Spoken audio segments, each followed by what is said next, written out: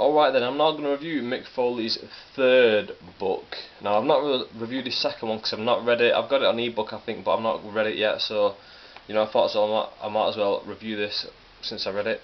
It's been about 8 months since I'd finished reading this book, and it took me a very long time to read this because it's not really that interesting. It's not something that's going to keep you reading it for a long period of time.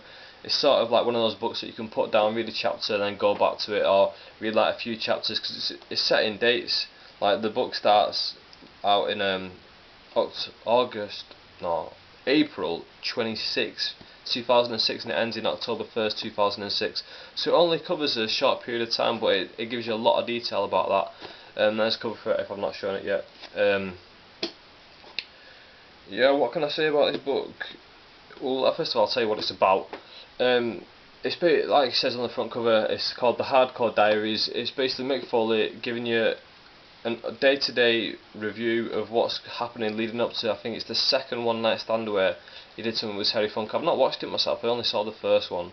I think I was on holiday during the second one and I wasn't really interested in catching up on WWE when I got back. So yeah, he gives you information about how they put the storylines together, how he had to get in contact with Vince McMahon, how he basically how he formulated the ideas in his head, got them ideas across to Vince McMahon, persuaded him that these are the ideas that he wants to get out, and then how the ideas went from basically from his head, from just an idea, to actually happening on screen in front of millions of fans. And it's quite an interesting process, you know, to go through from just an idea to having something viewed by so many people.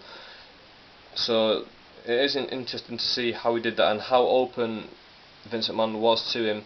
Again, I like to show these inside because I know people like to see this stuff, the coloured pictures from the inside. Obviously, Foley joining the Kiss My Ass Club there. You know, this is it is a really good book if you like to know about the insider stuff. Obviously, like I've watched a lot of shoot interviews, so I already know a little bit about the inside stuff. Obviously we can't know that much because we're not in it ourselves, but from listening to a lot of shoot interviews I know a tiny little bit about how the inner workings work, and this stuff it adds to that. But if you already know that stuff, then you're not really going to get it from this because you already know it. So from that standpoint, that's a bit of a low of this book. But a high point is if you're not familiar with how that stuff works, if you don't watch shoot interviews, if you are a fan of Mick Foley, then read this book. You'll find out how he, you know, gets his ideas and how he gets that across the TV. Would I buy this book or not? I wouldn't buy this book. Would I read this book? Yes, if you're interested in that stuff.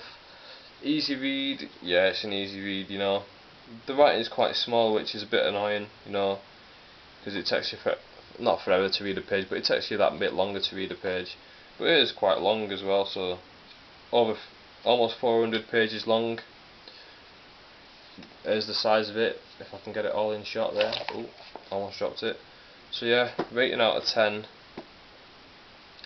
It's a middle of the road kind of book. I didn't personally like it. Personally, I'd give it 3.5. I'll give it a 5 though, because you can get stuff out of this that I just didn't get from it because, you know, I already knew some of the stuff going into it. So yeah, 5 out of 10.